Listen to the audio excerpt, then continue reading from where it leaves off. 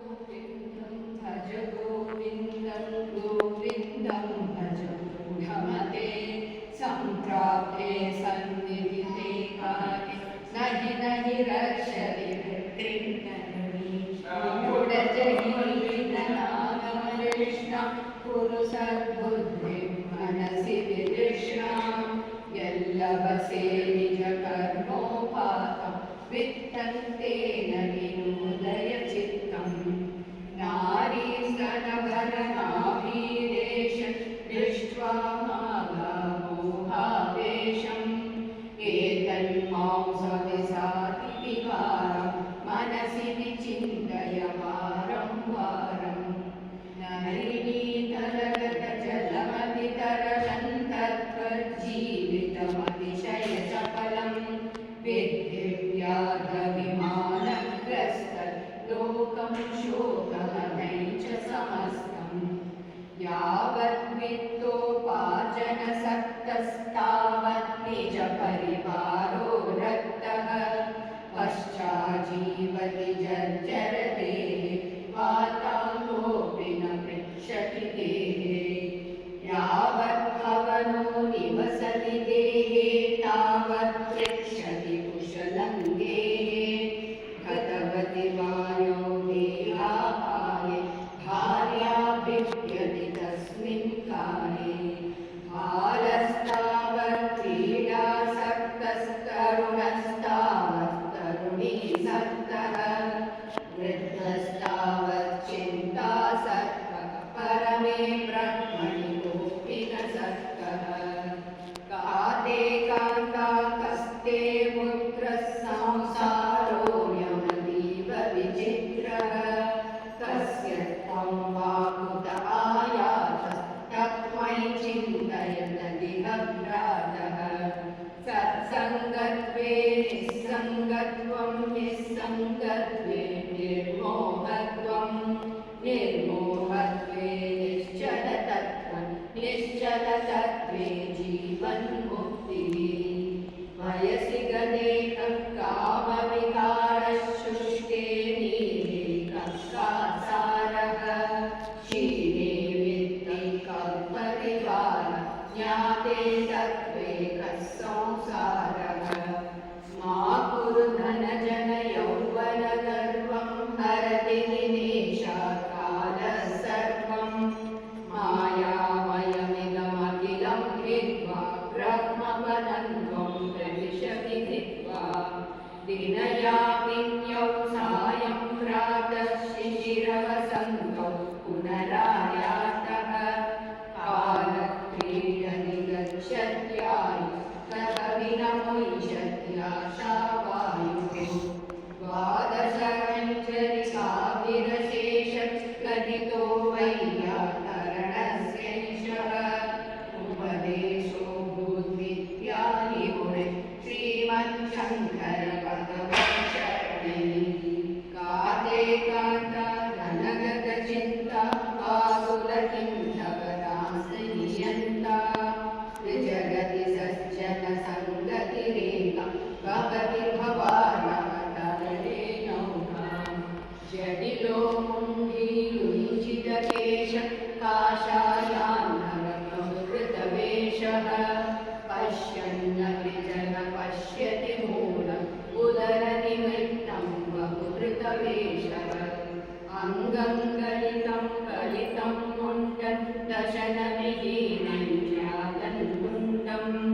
वृद्धो यादि गृहीत्वा दण्डं तदपि न मुञ्चत्याशापिण्डम्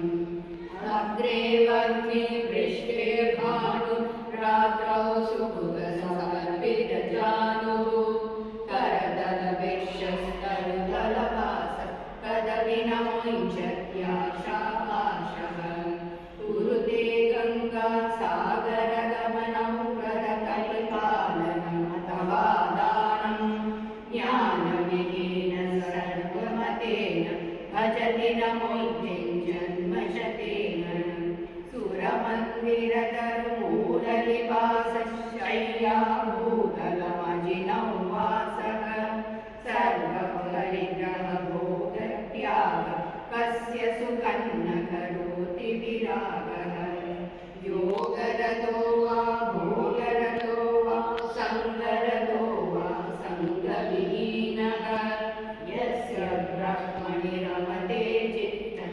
नन्दति नन्दति नन्दत्येव भगवद्गीता किञ्चित् गीता गङ्गा जललवकणिका पीता सकृतपेन मुरारिसमर्च क्रियते तस्य यमेन न चर्चा पुनरपि जननं पुनरपि मरणं पुनरपि जननी जठरे शयनम् इह संसारे बहुदुस्तारे कृपया पाहि पाहि मुरारे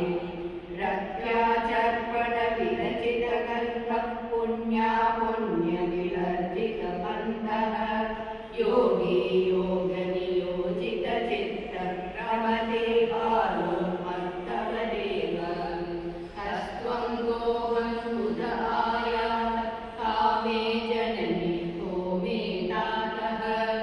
इति परिभावय सर्वमसारं सर्वं त्यक्त्वा स्वप्नविचारम् त्वयि मयि सर्वैत्रैको विष्णुर्व्यर्थं गुह्यसि मय्य सहिष्णुः भवसमचित्तः सर्वत्र त्वं वाञ्छस्य शिरं यदि विष्णुत्वं शत्रौ मित्रे पुत्रे बन्धौ मा कुरु यत्नं विग्रहसङ्गौ सर्वस्मिन्नपि पश्यात्मानं सर्वत्रोत्सृजभेदाज्ञानं कामं क्रोधं लोभं मोहं त्यक्त्वात्मानं पश्यति सोऽहम् आत्मज्ञानविहीना मूढा ते पच्यन्ते नरकनिगूढाः ज्ञेयं गीता नाम सहस्रं ज्ञेयं श्रीपतिरूपमजस्रं ज्ञेयं सज्जनसङ्गे चित्तं ज्ञेयं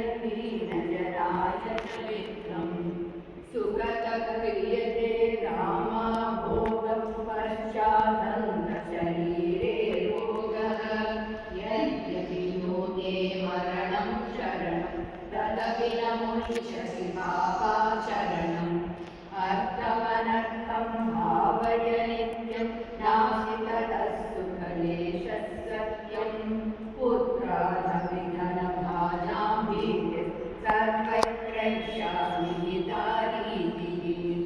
प्राणायामं प्रत्याहारं नित्यानित्यविवेकविचारं